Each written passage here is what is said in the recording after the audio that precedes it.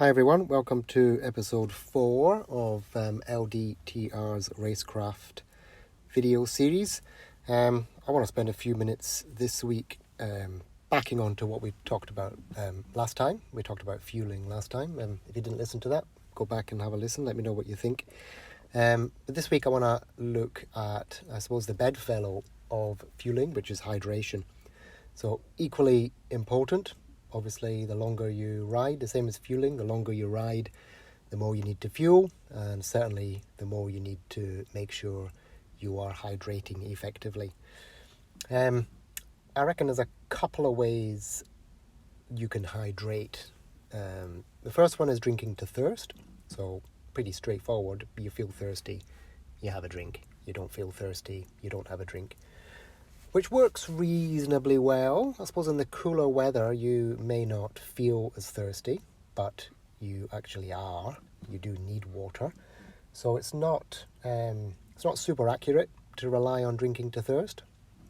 And often during a race, for example, or a really hard training session, you might even forget to drink. You know, if you're on a serious uphill, you're putting the power down, you're trying to overtake someone or you're trying to keep up with someone, and you think, okay, well, as soon as I've done the uphill, I'll have a drink when I get to the flat. And then you get to the flat and something happens. You know, there's an attack you need to jump on the back of.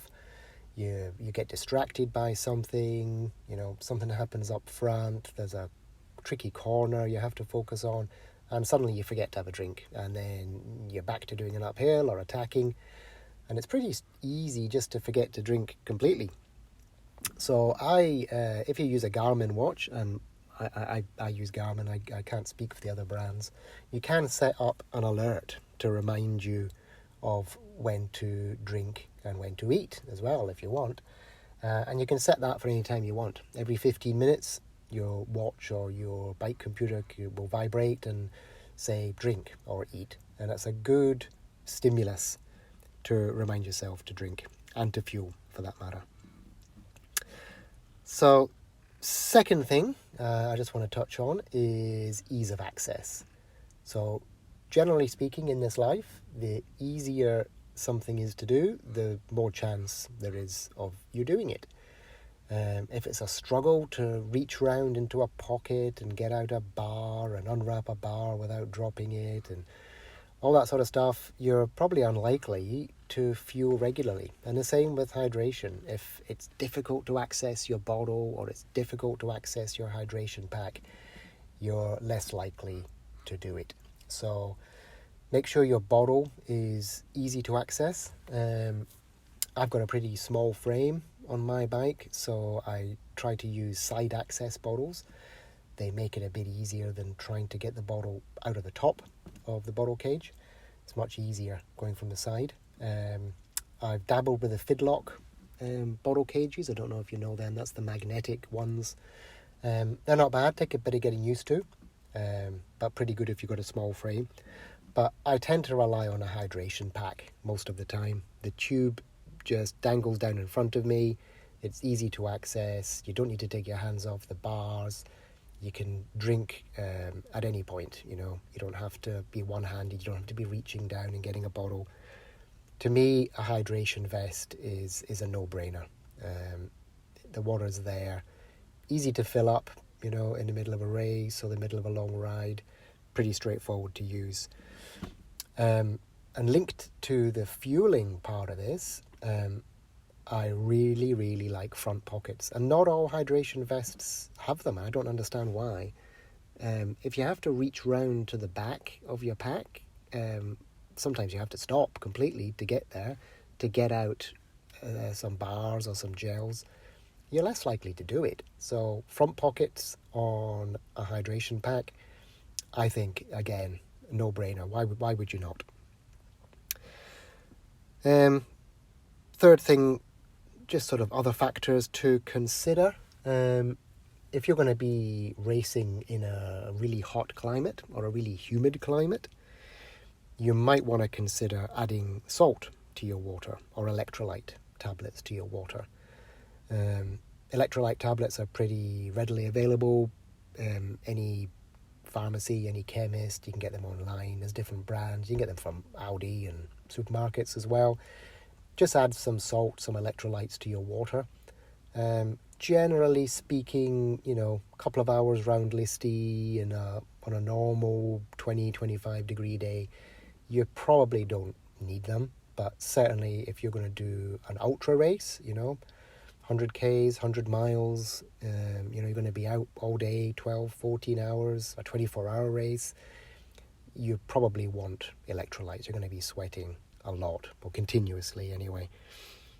There is evidence, and I use that word loosely because I'm by no means a medical expert, that hydrating ineffectively and perhaps not having enough electrolytes can be a cause of cramping. There's a lot of possible contributors to cramping: not fueling properly, not hydrating properly, not being sufficiently fit or trained for whatever the activity is you're trying to do, can lead to cramping. So in my book, best to make sure we hydrate effectively and get electrolytes in where you can. If you are a heavy sweater, and you'll probably know if you sweat a lot, as soon as the sun comes out, you start sweating.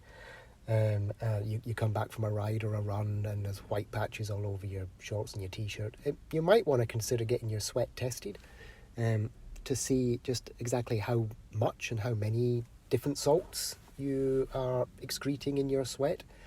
There's a few places you can get it. You can Google that. There's a place down in Geelong will do it for you. If you're interested in that, yeah, absolutely, go and get your sweat tested, and you can customize your hydration and your fueling to account for that. There's some other suggestions that if you're poorly hydrated over time, your blood will begin to thicken. I suppose that sounds reasonably to reason. The less water there is in your blood, it will become a bit thicker. And if your blood becomes thicker, it needs more pumping from your heart. So your heart needs to work a little bit harder to pump this blood around your body. And if you're maxing out at 100% of effort trying to get up a hill and overtake someone, the last thing you need is your heart to also be working even harder to be pumping blood around your body. So that's my thoughts on hydration. Just to recap, really important, really up there with fueling to me.